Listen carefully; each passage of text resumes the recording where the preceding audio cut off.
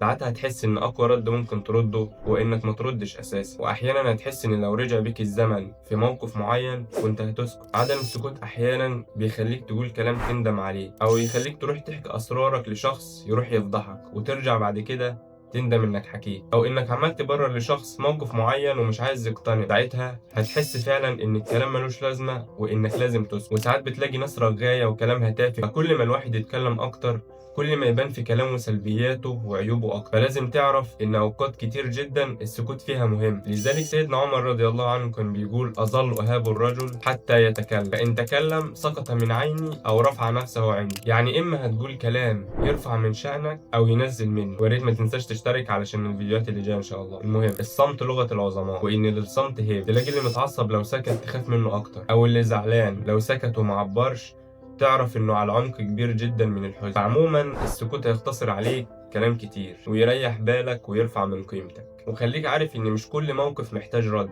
ومش كل حد يستاهل تفسير، وان السكوت مش ضعف. شيل من بالك فكرة ان السكوت ضعف.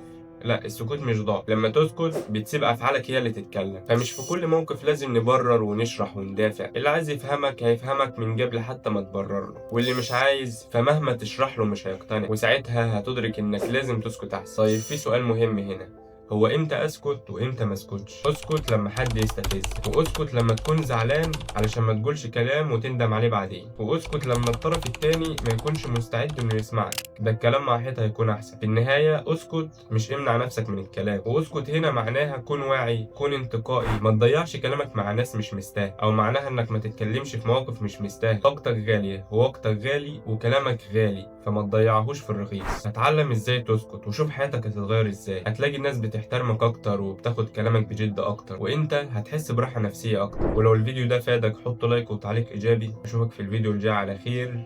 سلام.